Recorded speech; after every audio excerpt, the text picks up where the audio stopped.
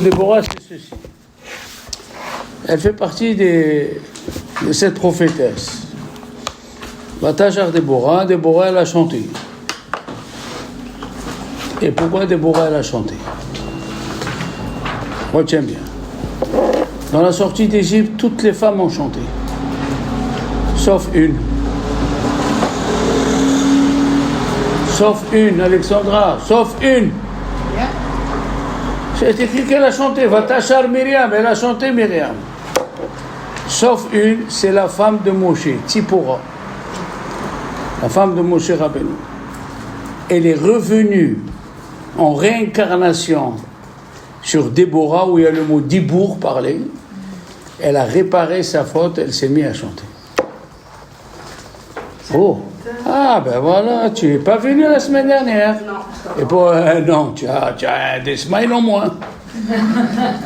Alors, oui, assis-toi, tiens, viens. Tu as une chaise? Allez, vas-y. Tu as compris? Déborah, maintenant Déborah, puisque tu t'appelles Déborah, il y a écrit Échet Lapidote, la femme d'un monsieur qui s'appelait Lapidote. Et c'est quoi Lapidote? C'est les torches, les mèches. Mais après c'est écrit son mari Vatachar Déborah ou Barak ben Avinoam. Son mari s'appelait Barak ben Avinoam. Alors, il s'appelle Lapidote ou il s'appelle Barak ben Avinoam? Bien sûr que vous êtes là pour apprendre, comme moi.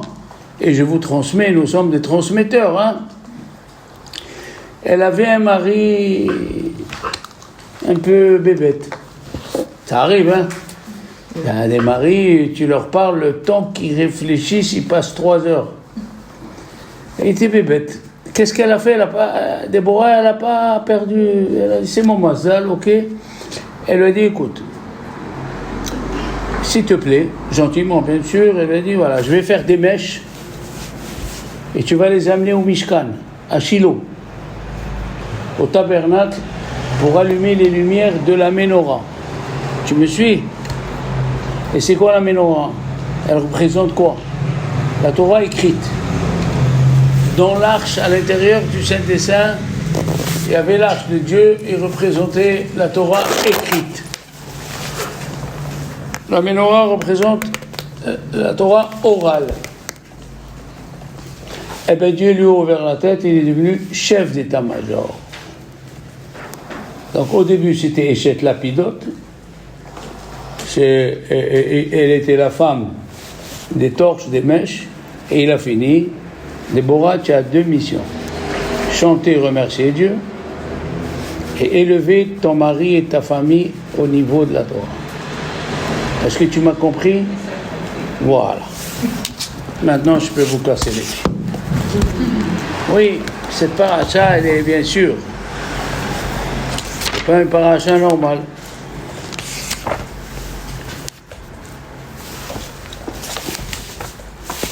Alors,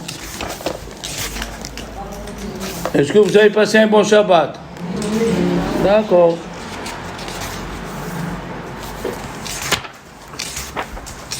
Il y a beaucoup de sujets, oui. Alors, moi j'entends pas, il faut lever la voix. Sur la paracha qu'on vient de faire, 74 000 votes. Oui, c'est très très bien, tu as écouté, c'est bien. Oui. Je ne sais pas tous retenus. Honnête. Mais moi aussi je ne les retiens pas. Mais il faut savoir que chaque mitzvah, il a dit le grand devina, c'est pas juste la mitzvah, c'est le titre du chapitre de la mitzvah. Chaque mitzvah elle a des dizaines et des centaines de détails où chaque rabbin il trouve comment les... D'accord? Alors,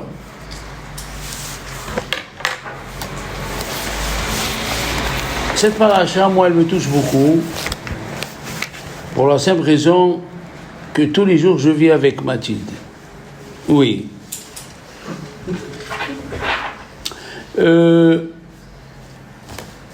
La Torah nous raconte que si tu as un terrain en Israël et tu as les premiers fruits,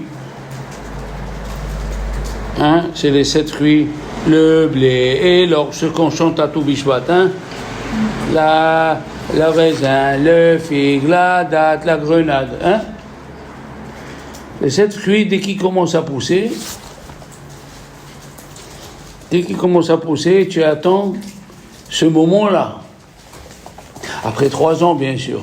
On n'a pas le droit dans les 3 ans de manger. Pourquoi 3 ans? Si vous voulez savoir, alors, dans l'agriculture, on dit que les 3 premières années, les fruits ne sont pas encore bons. Mais la vraie raison, c'est que Adam Arishon, il a mangé du fruit 3 ans avant la rentrée de Shabbat. 3 heures. Il manquait 3 heures. Et comme il a mangé avant, eh bien alors, les arbres, ils sont interdits pendant 3 ans. La 4e année, tu prends les fruits, tu les fais monter à Jérusalem. Oui, ces premiers fruits que tu attends pour les manger, eh bien la Torah te dit, non, tu ne les manges pas, tu dois les faire monter à Jérusalem pour remercier Dieu. Nous avons vu aussi le premier enfant, hein, tu as un enfant, le premier garçon, c'est pas qu'on a quelque chose contre les filles, puisqu'on est marié avec eux. La première chose, 30 jours après, tu appelles un Cohen pour faire le pidion, hein, pour faire le rachat. Tu as des bœufs. Tu t'es marié avec un mari agriculteur, religieux, bien sûr, religieux. Il est agriculteur. Il y a des bœufs. Le premier, on le donne au Cohen. Tu as des petits moutons, des petits mignons moutons, des brebis. Le premier, au Cohen. D'accord? Chaque fois, le premier, il faut le donner au Cohen. Et pourquoi? Parce que l'homme, toute la journée, il peut sombrer dans l'orgueil. On est dans l'orgueil, mais chacun, il a une mesure d'orgueil. Il y a 10%, il y a 20%. L'orgueil, c'est toute la journée, j'ai fait, je suis parti, j'ai parlé, j'ai écrit, toute la journée, j'ai fait. Et surtout quand on devient un homme d'affaires, j'ai déniché l'affaire et tout. Alors la Torah vient nous éduquer. L'éducation, c'est que tout vient de Hachem. Toi, tu ne fais que la petite partie. Comme il a dit le Rav Chovot Alevavot, le Rav du devoir des cœurs, tu peux avoir l'agriculteur, il peut labourer, semer, et mettre les pesticides, il peut tout faire. Tu peux avoir de l'argent, mais s'il n'y a pas la pluie, hein, what do you do? S'il n'y a pas la pluie, tu ne manges pas du pain. C'est ça. Comme ça, il a dit Dieu, à la fin des temps, il a dit, celui qui a fait une mitzvah, qui vient, je le récompense. Et le Midrash, il dit, comment tu as fait la mila? Si c'est pas moi qui t'a donné un garçon. Comment tu as fait le pidion? Si c'est pas moi qui t'a donné un garçon.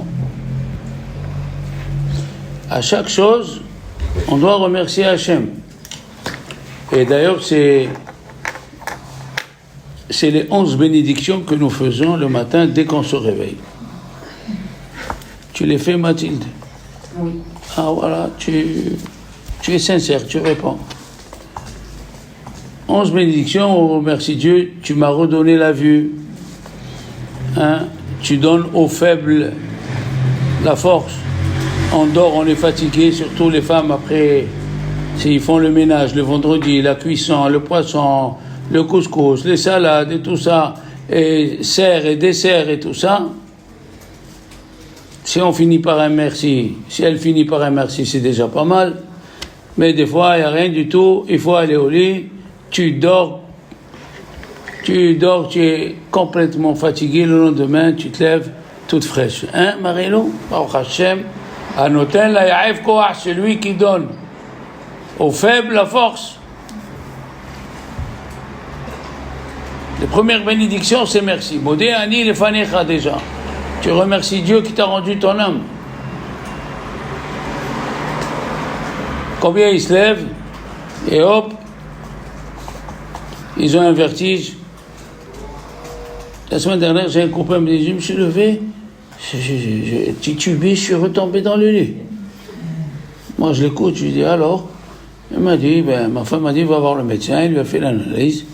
Eh bien, ça va pas. Voilà. Il a mal aux yeux. Il est venu voir Kadouri. Il a dit, vous pouvez me faire une bénédiction, je dois m'opérer aux États-Unis. Ça coûte $100,000, Marilou. $100,000. Il a dit, le Rav Kadouri, mais je te comprends pas, mon chéri. Tous les matins, tu dis, Poké Ahivrim, celui qui donne la vue aux aveugles. Ah, fais kavana, comme il dit Rashi, quand on a besoin de quelque chose dans la bracha, on allonge. Poké Ahivrim, celui qui rend la vue aux aveugles. Il a fait kavana. Au fur et à mesure, eh bien, il a fait kavana en septembre. En décembre, après la visite, il lui a dit le docteur, tu n'as plus rien. Oh. On oublie que nous, les Juifs, on est fabriqués de deux choses. Le corps et la neshama. Et tout ce que tu as dans le corps, c'est la résultante de ta neshama qui est fatiguée. Tout ce que tu as. À part les tzadikim, avant de mourir, Dieu leur envoie des souffrances, mais c'est pas parce qu'ils ont fait des péchés. C'est pour leur donner un olam haba plus fort. C'est pas pareil, hein? Quand tu fais un crédit pour donner tzedaka, ou quand tu donnes tzedaka et tu as les sous à la banque. On est d'accord, Mathilde? Tu as l'argent à la banque, tu deviens pauvre, tu as 15 euros, tu as 20 euros, ok. Mais si tu es en moins, hein? Tu es en moins et tu donnes, comment on dit en moins en anglais? Less. Hein? Less. Non, en moins dans la banque. Au vert.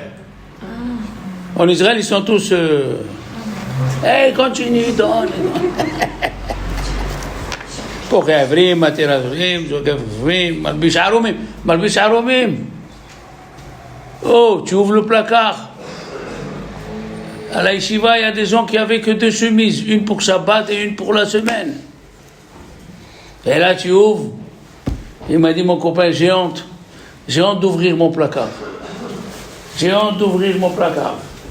Je lui ai dit, ah bon, d'accord, bien. Ça c'est lourd, hein.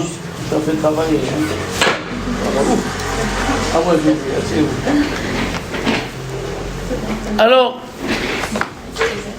mon copain, Rabbi Léo Cohen, c'était un rabbin d'une synagogue ici, très calé en Torah. Il savait traduire des livres de Torah en arabe. Pour vous dire comment il était très fort. Alors, il m'a dit, j'ai honte d'ouvrir mon placard. Je lui ai dit, pourquoi? Il m'a dit, j'ai 32 costumes. J'ai 25 chemises. Mais on ne se rend pas compte aujourd'hui. Aujourd'hui, tu achètes des t-shirts à 2 euros. Il y a même, il paraît à la rue de Rome, tu achètes des habits au poids. Tu t'imagines, dans quelle situation Dieu nous a donné? Jusqu'à que la halakha, elle a changé. Quoi? Avant, on achetait une chemise, on faisait chez Riano, on n'avait pas les moyens. Aujourd'hui, on ne fait pas chez Riano pour une chemise. Pour un pantalon. Avant, on faisait chez Riano à la yeshiva. On ne fait pas. Aujourd'hui, avec 10 euros, tu as un pantalon. Quand est-ce qu'on fait chez Riano? Si tu achètes un chemisier de marque, une jupe de marque, hein? Mais tu dois faire chez Riano. Il faut remercier Dieu qui t'a donné les moyens d'acheter. Malgré Aromim. Amichin Misade Gaver. On est obligé de mettre les chaussures. On fait une bracha pour les chaussures. On fait une bracha pour les chaussures. Alors d'après la Kabbalah, Dieu il a maudit la terre. Dieu a maudit la terre quand Adam Arishon il a fauté. Mathilde. Dieu il a maudit la terre. Le matin quand on se lève, on fait ici là, oui. 1, 2, 3, 4, 5, 6, 7, 8. Moi je fais 8. Comme ça il dit le grand de Vilna. 6. 1, 2, 3, 4. Pourquoi? Parce que quand tu dors, ton âme pure, elle monte chez Dieu après que tu as fait le schéma, bien sûr.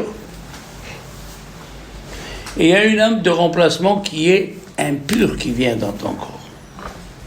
Et le matin, quand tu te lèves, elle sort par les extrémités des doigts, des mains et des pieds. Alors les mains, on fait une étude, hein. Mais les pieds, on ne fait pas. Pourquoi? Parce que les pieds, ils vont toucher la terre, ça ne sert à rien. Alors qu'est-ce qu'il a fait Dieu? Il a fait de sorte qu'on ait des chaussures. Qu'est-ce qui nous diffère des animaux? Les chaussures.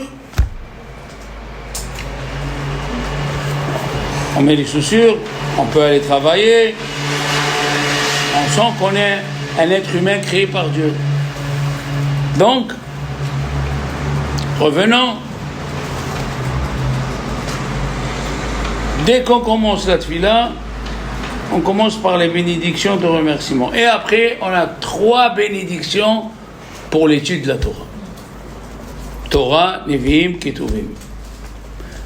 Kohen, Lévi, Israël. On a 3 bénédictions qu'on remercie Dieu qui nous a donné le manger de l'âme.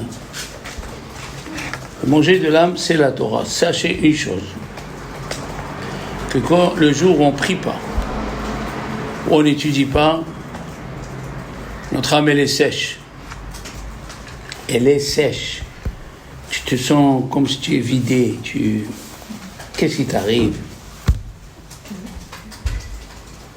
Oui.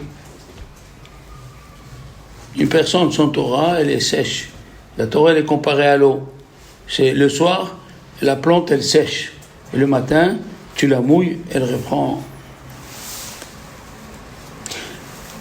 Alors, la Torah nous dit que les Bikurim s'appellent Réchit.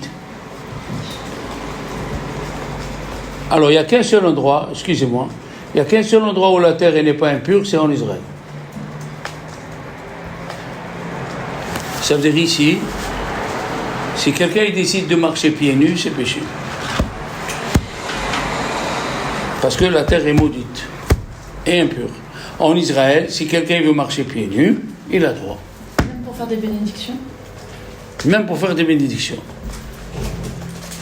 Ici, au dehors d'Israël, on ne peut pas marcher pieds nus. Mais en Israël, on peut marcher pieds nus, puisque c'est écrit dans le prophète Ve'et afara yehonnenu. Et la terre d'Israël, il la chérisse. Alors, on est le 13, hier c'était le 13 Elul, c'était la Elula du Ben Ishraï. Qui c'est le Ben Ishraï? C'est un grand rabbin irakien qui s'appelle Rabbi Yosef Chaim. Alors, vous allez vous étonner, chez les Irakiens, le nom de famille, c'est un nom propre. Nous, on a un nom de famille, Lévi, Ishaq, Ben Ishou, Yaakov, Ben Tata. On a un nom de famille, hein, on a un nom et un prénom. Chez les Juifs d'Irak, ils ont un prénom qui ressemble au nom. Il s'appelait Yosef et son nom de famille c'est Chaim. Vous avez compris? Donc ça s'appelle Yosef Chaim. Et c'était un grand maître dans tous les domaines. Dans la Kabbalah, dans la halakha, il a écrit des livres sur tous les domaines. Et il a fait quelque chose que, on aurait bien voulu un petit peu le faire. il a jeûné 7 ans. Pour casser le Yetzirah, il jeûnait la journée et le soir il mangeait de la soupe. Shabbat inclus. Après 7 ans, c'est-à-dire à l'âge de 27 ans, il a dit, comme dans la Torah c'est écrit, un esclave, il sert son maître 6 ans et la 7e il est libre. Il a eu Eliyahu qui est venu le voir et bien sûr, il étudiait tout le temps avec Eliyahu. Il a écrit des livres et des livres, 73 livres. Il a écrit même les livres pour les femmes. Des belles histoires, des devinettes sur la Torah, il n'a rien laissé. Et lui, il a dit une chose que je fais, c'est bien d'avoir de la terre d'Israël à la maison. Un pot de terre d'Israël.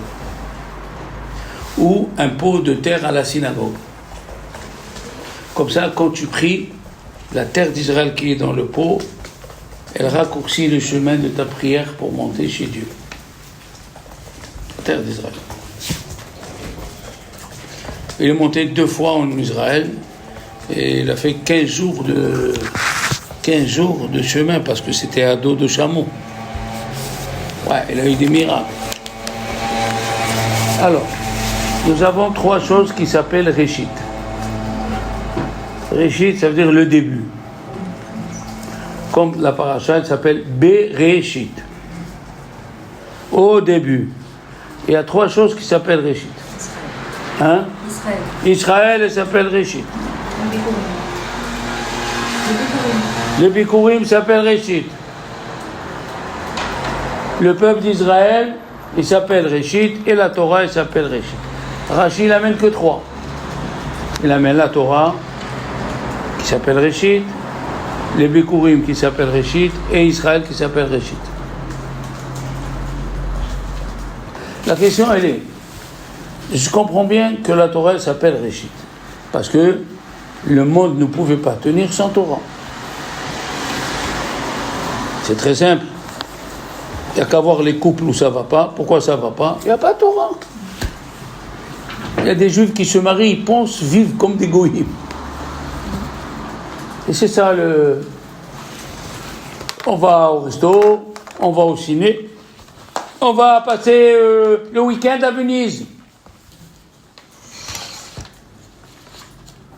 Jusqu'à que les histoires ils commencent bien. Pourquoi? Parce que il a cru se marier avec un copain et l'autre a cru c'est une copain. Mais il n'y a pas de Torah au milieu. Il n'y a pas de Torah, il n'y a pas de pont qui unit le mari et la femme. S'il n'y a pas de pont, s'il n'y a pas de Torah, il ne tient pas le couple. Les gens, ils ont beau essayer de rester ensemble, il n'y a pas. S'il n'y a pas le Shabbat, la femme qui prépare les chalotes, les bougies de Shabbat, la nappe, les manger avant Shabbat, la prière, le mari va à la synagogue, il amène les malachim. Il n'y a pas ça. Ces voies sans issue.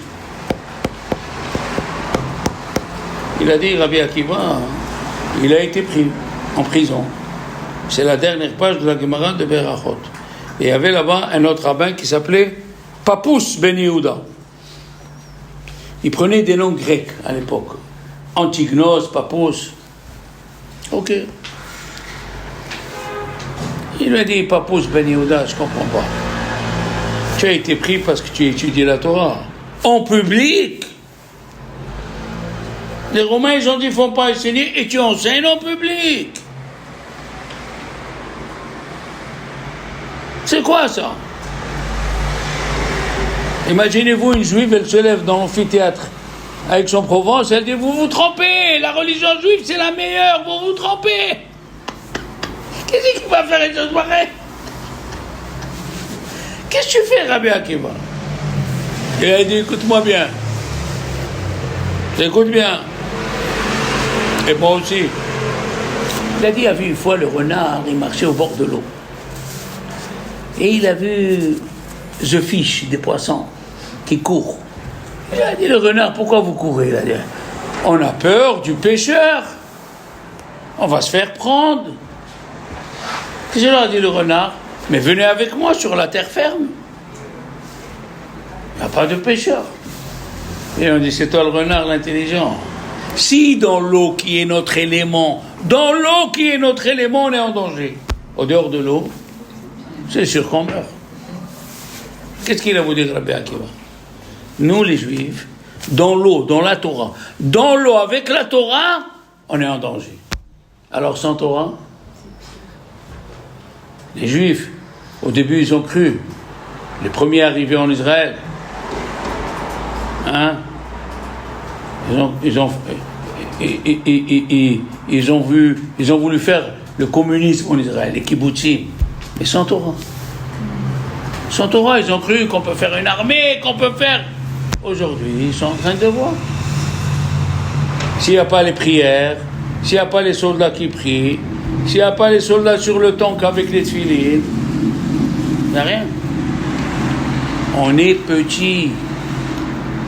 Les goïms sont 15 milliards. Et nous, on est 15 000 fois plus petits, on est 15 millions. Même avec des bâtons, s'ils viennent, ils nous massacrent. Heureusement qu'il y a les gens qui prient, les vieilles qui prient, les vieux qui prient, les petits-enfants qui prient. Sans Torah, tu vas direct sur un mur. Tu as compris, Déborah? Il faut lui faire entrer à ton mari. Si tu ajoutes des choses, tu dis, mais avant on ne faisait pas. Eh bien maintenant on va faire. Mais avant on ne faisait pas parce qu'on ne savait pas. Maintenant on sait, eh bien on va le faire. J'allumais 2 bougies pour Shabbat. Maintenant je vais allumer 7, comme il dit le Ben Ishraï. J'allume 7 bougies, comme les 7 montées du Sefer Torah. Ah, il va falloir un budget pour les bougies. Oui, un budget, alors qu'est-ce qu'il y a? C'est ça. C'est ça le principe. Alors, pour la Torah, qu'elle a été créée, on le sait. Si les Juifs n'avaient pas reçu la Torah, qu'est-ce qu'on serait? Le monde, qu'est-ce qu'il sera? Dayenu, ils disent. Hein? Dayenu. C'est-à-dire, si Dieu ne nous avait pas donné la Torah... Je n'ai pas compris pourquoi ils disent Dayenu. Très bien. Tu as posé une bonne question. Mais elle est enregistrée, cette question. Comment dans la Haggadah nous disons, si Dieu nous avait pas, s'il nous avait amené au Mont Sinaï, il nous aurait pas donné la Torah, Dayenu. Comment Dayenu? Quel Dayenu? Très bien. Pose une bonne question. Tu vois quand tu viens, tu prends des bonnes questions. Pourquoi tu n'as pas posé la question toi? N'aie pas peur, je ne mange pas les gens. Les enfants, elle a posé une bonne question. Nous disons dans la Haggadah, Ilou kiravnu lifnei Har Sinai. Velo natan lanu et Torah, dayenu. Quoi dayenu? Parce qu'il nous a sorti. C'est comme quelqu'un qui vient ici au cours 5 ans, et après le grand rabbin, il lui dit, on ne peut pas te convertir. Pourquoi tu m'as laissé 5 ans en train de venir? Je poirote ici ou quoi? Faites attention aux mots. Faites attention aux mots de la Haggadah. Dieu il a dit aux anges, vous le savez que je dois donner la Torah. Vayerev vayiboker yom hashishi. Le monde y tient sur le 6 Sivan. Si le 6 Sivan, je ne donne pas la Torah, je détruis mon monde. Imlo beriti yom avalayla hukot shamayim va'ares lo samti. S'il n'y a pas l'alliance de la Torah, je détruis le monde. Les gens disent, les ont joué, mais nous on ne veut pas que tu donnes la Torah. Et alors, c'est quoi? C'est une discussion de sourds. Je dois donner la Torah. C'est comme un papa, il vient, sa fille va se marier, on a réservé la salle, il y a les invités, il vient avec l'anneau, il dit non, je ne donne pas l'anneau à mon fils. Mais on est là, sous la choupa, là, on est sous la choupa, il faut qu'il se marie, il faut qu'il donne là. Je veux pas. Il y a quelque chose qui ne va pas. Eh bien, écoutez bien. Qu'est-ce qu'ils ont dit les anges? Rabbi Chaim Shlovaitchi qui dit ça. Les anges se sont dit à Dieu, dans la Torah. Mais les décisions qui vont être sur la terre, c'est nous qu'on les prend. Réponse intelligente, hein? Dans la Torah. Donne-lui à Carole la Torah, donne-lui à Elsa la Torah. Mais qui c'est qui décide? C'est nous. Qu'est-ce qu'il a fait Dieu?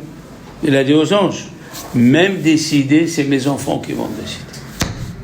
Pas rien qu'ils ont la Torah, c'est eux qui vont décider sur nous si je guéris ce malade, si je soigne ce monsieur ou pas. C'est ça, regardez les mots. Ilu keravnu lifnei har Sinai velo natan lanu et Torah. On n'a pas dit velo natan et Torah. Ça a compris. On ne peut pas rester sans Torah, tu as raison. Mais les décisions, on peut décider sur Dieu. Un grand gynécologue, une femme gynécologue à l'hôpital Shaare Tzedek de Jérusalem, elle avait 43 ans, Elsa, pas d'enfant. Et un jour, elle a éclaté. Qu'est-ce qu'elle a fait? Elle est sortie, il était 3h du matin, elle a trouvé un taxi avec un jeune. Elle a dit, dis-moi, tu peux m'amener chez un rave qui est réveillé? Il a dit, oui, je sais un rave qui est réveillé, amène-moi chez lui. Elle a amené chez qui? Rabbi Shlomo Zalman Auerbach, un grand Hatsoum, il avait toute la Torah dans la tête. Elle a tapé, il a ouvert, 3h du mat. C'est pas mal, hein? Elle rentre, Baruch Abba, oui. Monsieur le Rav, j'étais au Kotel un mois. J'étais chez Rachel et Menon, j'étais chez Abraham, Avinu, j'étais chez Rabbi Shimon Bar Yochai, j'étais chez Rabbi Meir. J'étais dans tous les rabbins d'Israël. J'ai vu Baba Saleh, j'ai vu tout, j'ai pas d'enfant. Pourquoi j'ai pas d'enfant? Il a dit, mais Dieu, il n'est pas obligé de nous donner des enfants. Je lui ai dit, quoi? Dieu, il n'est pas obligé de nous donner des enfants. Elle a compris, elle s'est levée pour partir, en train de pleurer. Il lui a dit, moi, je ne vous ai pas dit de sortir. Mais vous avez donné la réponse, je n'ai pas donné toute la réponse. Chez vous, Dieu n'est pas obligé de nous donner des enfants, mais on peut l'obliger à nous donner. On peut l'obliger à nous donner. Alors quoi? Il a dit, il faut faire quelque chose qui te coûte cher. Tu as compris? Tu te lèves à 3h du mat et tu vas au vieux port et tu remercies Dieu. Oui. 3h du matin, tu es marié avec ton lit et tes coussins. Eh bien, tu te lèves et tu vas, tu dis, Hachem, je suis là, je veux te parler. Non, on veut se réveiller à 8h30, 9h. Bon, par certains que, bon, on veut que tout se passe bien et qu'on reçoit. Il n'y a pas. Qu'est-ce qu'elle a fait, cette femme? Elle travaille dans l'hôpital. Elle a acheté une charrette à 3 étages. Elle a rempli des gâteaux sans sucre, des bonbons sans sucre, des canettes de Coca, des canettes de Pepsi Max. Elle a tout rempli. Et 3 jours par semaine, dimanche, mercredi, vendredi, elle passe dans toutes les chambres. S'il vous plaît, servez-vous. Tu as compris, Mathilde? Elle a eu 3 garçons. Elle a dit, dommage que je n'ai pas pris 5 jours. Il n'y a pas. Nous, on peut décider sur Dieu. Nous avons lu dans la paracha de la semaine dernière, si on trouve un cadavre sur la terre, qui matse halal ala adama, la ville la plus proche, elle doit venir demander pardon au cadavre.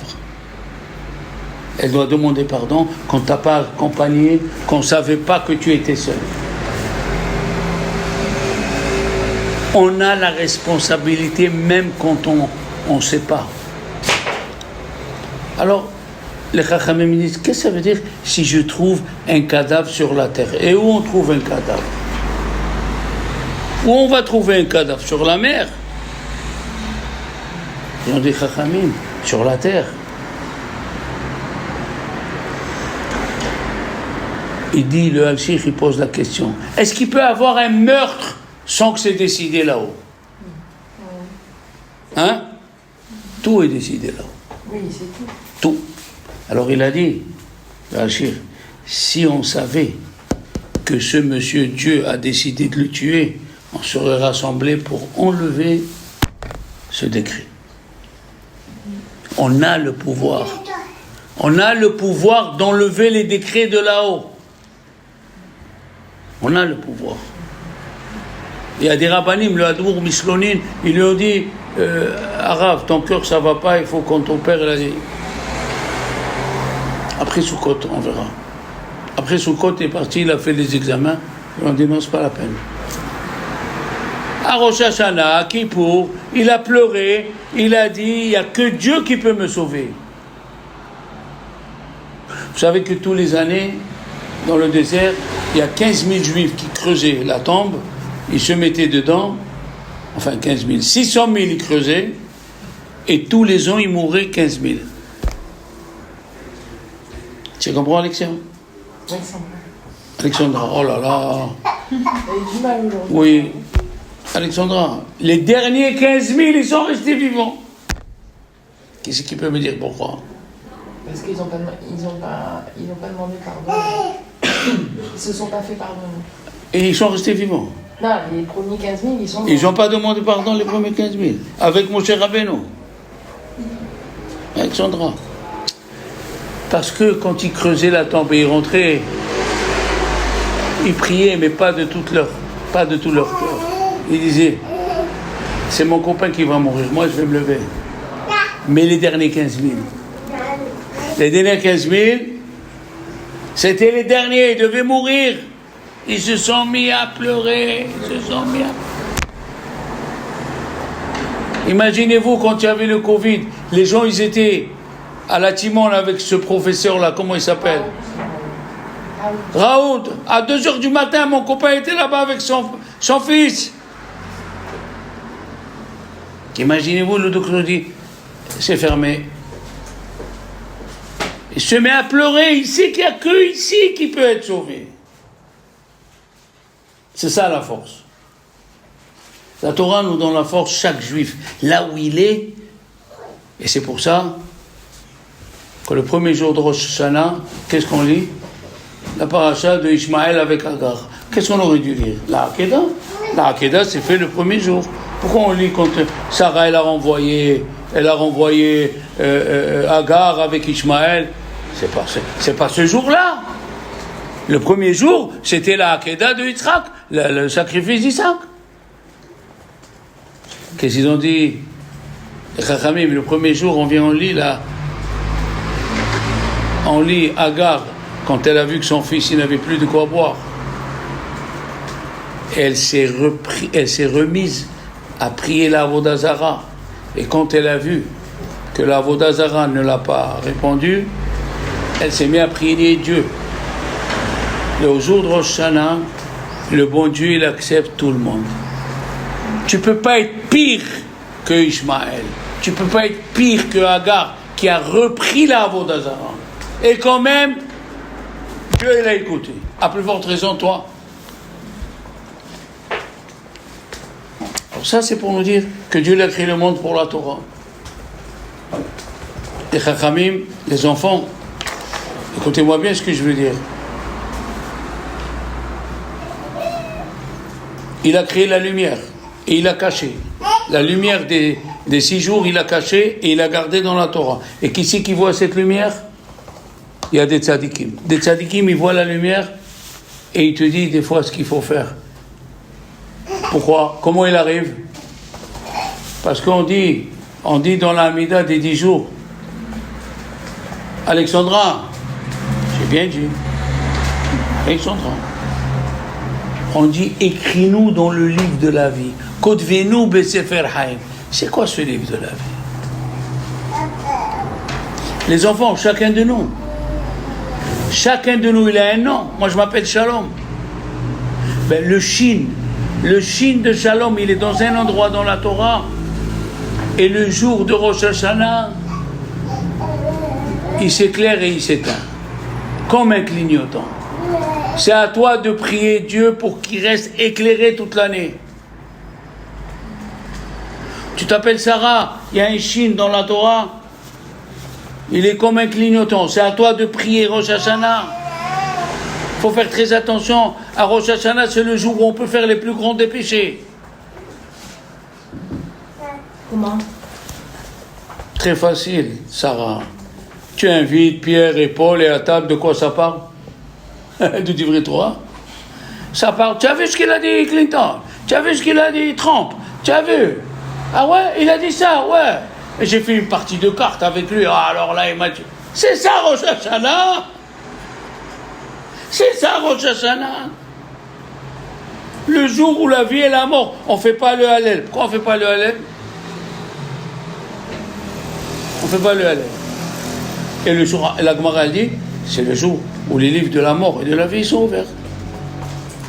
On ne dit pas Hak Sameach, ni Mo'adim le Simcha, c'est écrit dans le Shulchan Aruch. On ne dit pas Mo'adim le Simcha. Mais il y a des juifs qui sont ignorants. Les juifs, ils pensent que Rosh Hashanah, c'est Pessah. On se rassemble, on rigole, on parle. Attends, je te raconte une blague. Une blague? On vient de me faire la piqûre, je ne sais pas si le vaccin il va agir ou je vais mourir. Tu veux me raconter une blague? Ils ont demandé à Rav Kanevski, qu'est-ce que tu fais l'après-midi de Rosh Hashanah, après que tu as prié? Je lis Tehillim. Toute l'après-midi, je lis Tehillim. Pourquoi tu lis Tehillim? Mon père, il lisait Tehillim. Le Gaon, le Sepeler. Ils sont partis voir le Sepeler. Qu'est-ce que vous faites l'après-midi de Rosh Hashanah? Je lis Tehillim. Ils sont partis voir Rav Shach, un monsieur qui a donné des cours à 100 ans. Rav Shach, qu'est-ce que vous faites l'après-midi de Rosh Hashanah? Je lis Tehillim. Ils sont partis voir Rabbi Ishaq Ze'ev Halevi, un Gaon. Ces écrits sont profonds. Qu'est-ce que vous faites l'après-midi de Rosh Hashanah? Je lis Tehillim. Des grands. Qu'est-ce que vous faites l'après-midi de Rosh Hashanah? Je lis Tehillim. Et c'est là où madame, elle a le temps pour lire Marie-Claire, pour lire Cosmopolitain. Tu mélanges les fêtes. Rosh Hashanah, extérieurement, on est content que Dieu y règne. On ne fait même pas un vidouille, on ne fait pas de vidouille. C'est un jour qui est à Dieu. C'est pas un jour. Allez, viens. Ça y est, tu as pris ton café. Allez, on va faire une contrée. Rosh Hashanah, la contrée. Wa'alik, mais tu sais pas ce qui se passe ce jour-là. Rabbi Yonatan Abishis, et le Ari Akadosh, il a dit, avant la sonnerie du shofar, il y a des milliards de malachim qui ont été créés par notre mauvaise conduite. Ils viennent là. Pas les nouveaux, les anciens qu'on est déjà venus dans ce monde. Il a dit Rabbeinu Yonah, celui qui est père ou mère de famille, il a une responsabilité. Il a une responsabilité. Ta fille, elle a eu quelque chose pendant l'année. C'est toi la responsable. C'est toi, qu'est-ce que tu as fait à Rosh Hashanah? Reste dans ton coin. Ne parle pas. Reste dans ton coin. Ah, on va inviter. C'est pas une fête d'invitation. C'est une fête de méditation. On mange parce qu'on est obligé de manger. Voilà. Mais ça s'arrête là. Ils ont demandé à Rabbi Yosef, qu'est-ce que vous chantez pendant le repas de Rosh Hashanah? À ses enfants plutôt. Ils lui ont dit, Arav, qu'est-ce que vous chantez? Les chansons de la prière du matin. Qui font peur. Shofet kol haaretz, celui qui juge la terre en ce moment. Je vous conseille de lire un peu en français la prière de Rosh Hashanah du matin et vous allez me dire si vous avez l'appétit l'après-midi. C'est pas possible. La personne n'aime pas la pression. La personne n'aime pas la peur. Or, c'est la peur qui nous sauve à Rosh Hashanah. C'est écrit dans la Hamida de Rosh Hashanah, Ten pahdecha, mets ta peur sur tes créatures. Mais t'as peur? Oui, mais t'as peur. C'est pas un jour de...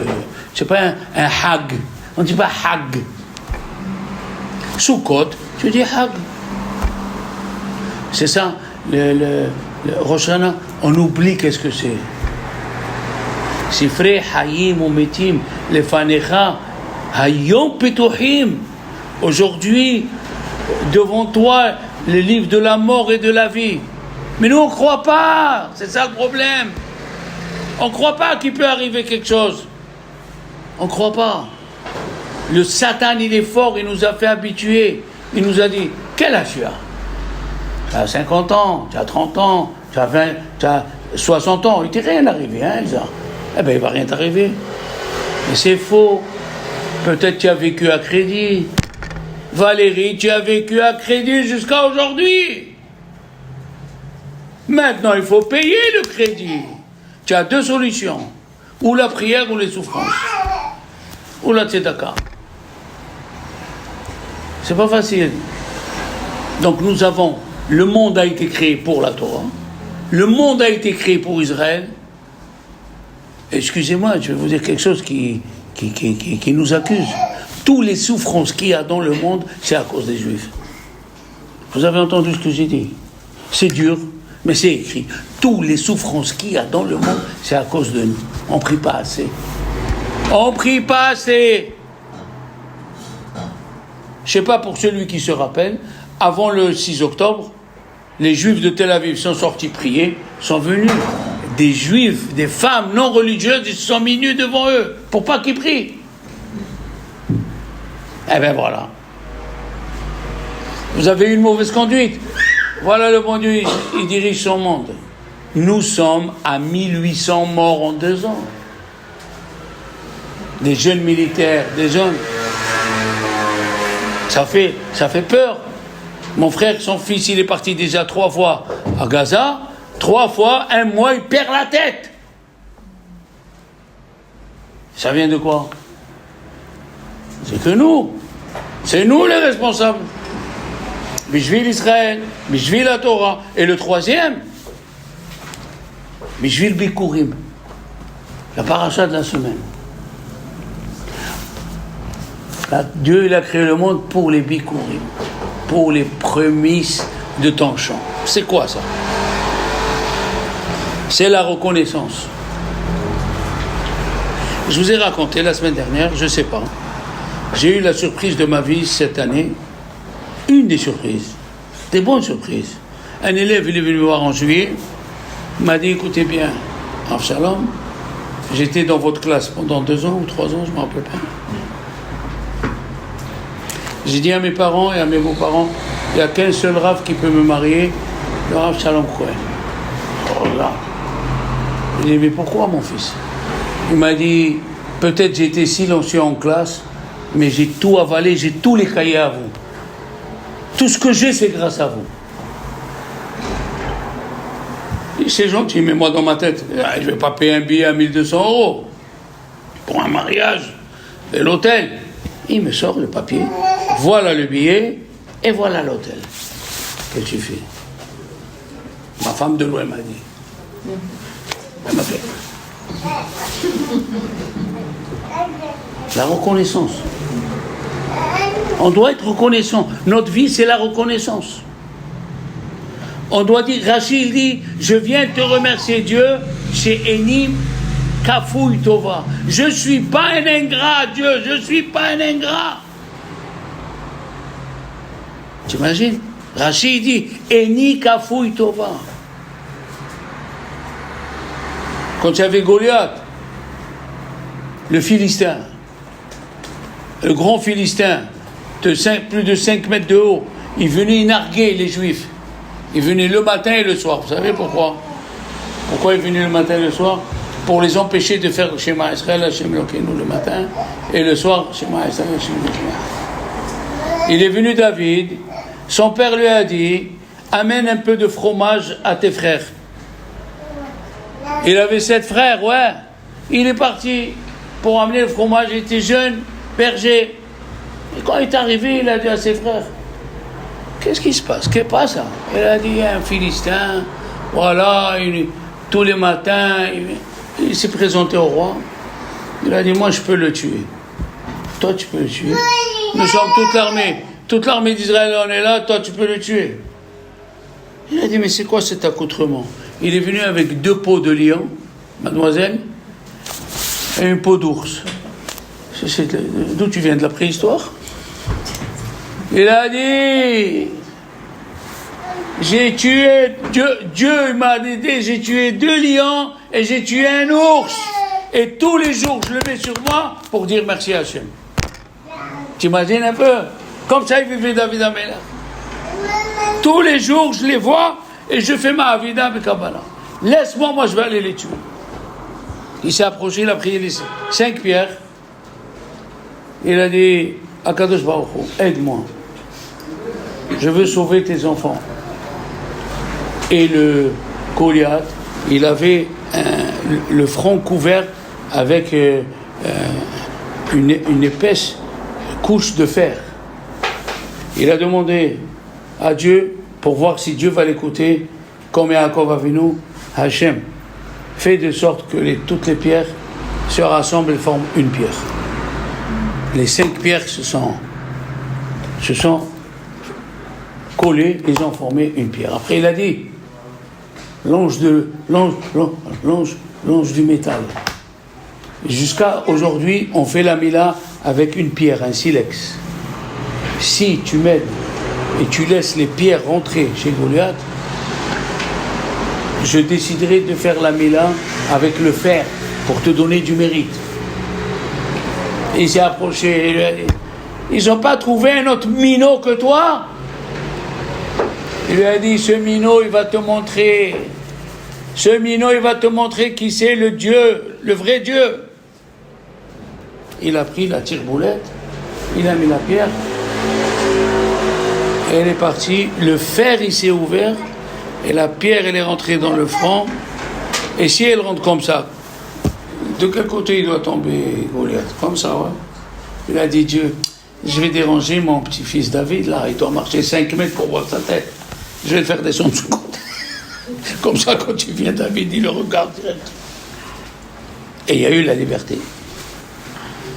C'est pour ça qu'à Rosh Hashanah, on lit les Mizmoré Térim. Pourquoi on appelle Mizmoré Térim? Vous savez pourquoi on dit Mizmoré? Mizmor, il a 2 sens. Mizmor veut dire un psaume, mais Mizmor, il y a le mot Zamer qui veut dire couper. On coupe les pieds à tous les mauvais anges, Marilo. Les Zamer, Mizmoré Télim, Mizmor, il a 2 sens. Premier sens qui veut dire un poème, oui, une chanson, et le deuxième qui veut dire couper les pieds. Je dois remercier. Quand Dieu l'a dit à Moshe, va taper la terre, qu'elle se transforme en vermine, ou va taper l'eau. Est-ce que Moshe il a tapé l'eau? Non.